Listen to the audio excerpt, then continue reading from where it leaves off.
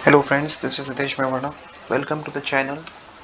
आज की वीडियो में हम एक बहुत ही अच्छा टॉपिक के बारे में पढ़ने वाले हैं, which is nothing but constants.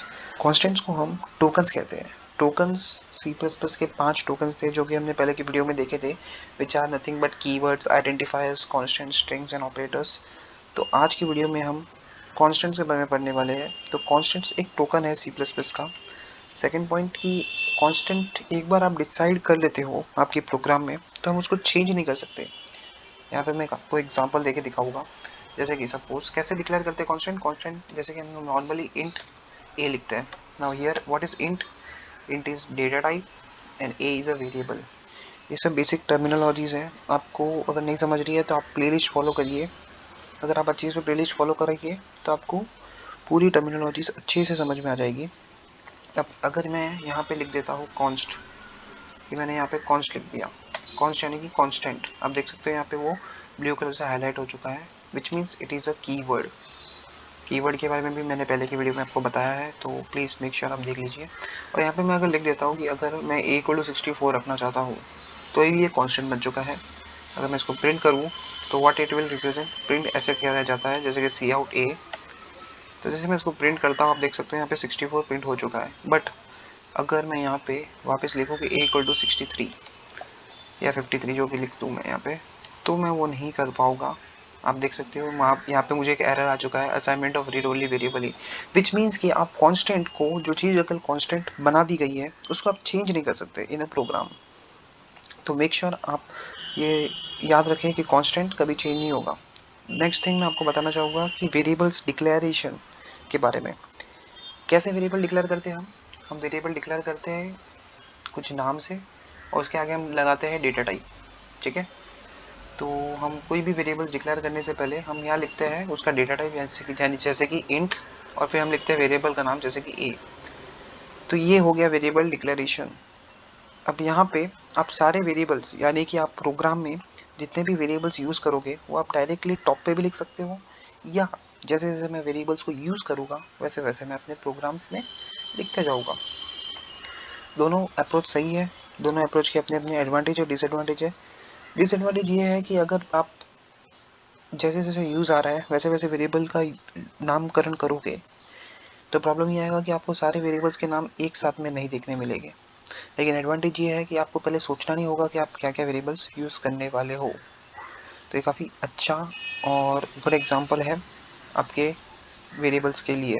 Okay, तो वेरिएबल्स के बारे में मैं आपको और एक बता देता हूँ। जैसे कि मैं यहाँ पे मैंने INT A लिखा, ठीक है, और फिर मैंने बोला A इक्वल टू 0।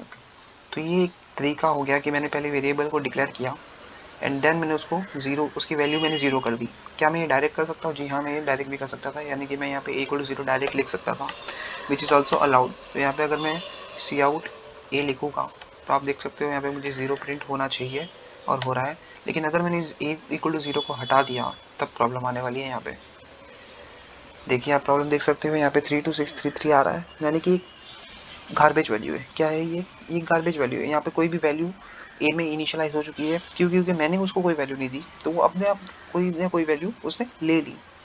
तो it is something related to variable declaration. So आपको मेक श्योर करना है कि आप कुछ वैल्यूज़ अगर यूज़ करना चाहते हो तो आप उसमें दो, या आपको जो भी यूज़ करना है, अगर आपको 20 करना है तो 20, जो भी यूज़ करना है उस वैल्यूज़ को आप उसमें दो।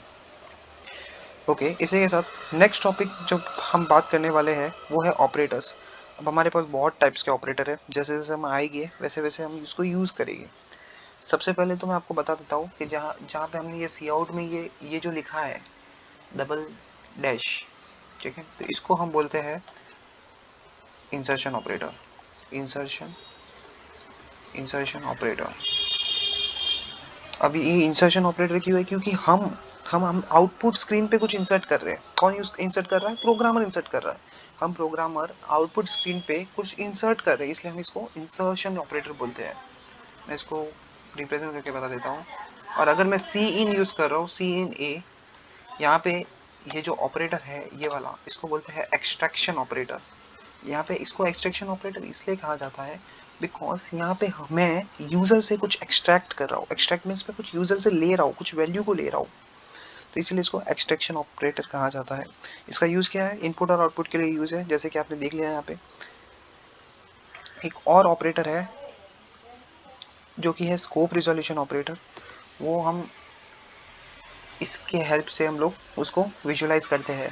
Double colon scope resolution operator ये कहता है कि अगर अगर एक बहुत बड़ा ब्लॉक है प्रोग्राम का, ठीक है, और उसके अंदर एक छोटा सा ब्लॉक है, तो जब मैं बड़े ब्लॉक में एक वेरिएबल डिक्लेयर करता हूँ तो मैं उसको छोटे में यूज़ कर सकता हूँ, बट अगर मैं छोटे में यूज़ करता हूँ तो मैं उसको बड़े में कभी यूज़ नहीं कर पाऊंगा। मतलब हर एक वेरिएबल की अपनी लिमिट होती है, अपनी बाउंड्री होती है, उसको वो क्रॉस नहीं कर सकता। This is scope resolution operator. मतलब आपको अपना स्कोप देखना है कि वेरिएबल कहाँ तक सीमित है। इसको हम और अच्छे से नेक्स्ट वीडियो में समझेंगे, जहाँ पे मैं आपको एक प्रोग्राम लिख के दिखाऊंगा, जहाँ पे हम अच्छे से समझ पाएंगे कि स्कोप रिजोल्यूशन ऑपरेटर का यूज़ क्या क्या है, एक्चुअली यूज़ क्या है। तो मिलते हैं नेक्स्ट वीडियो में।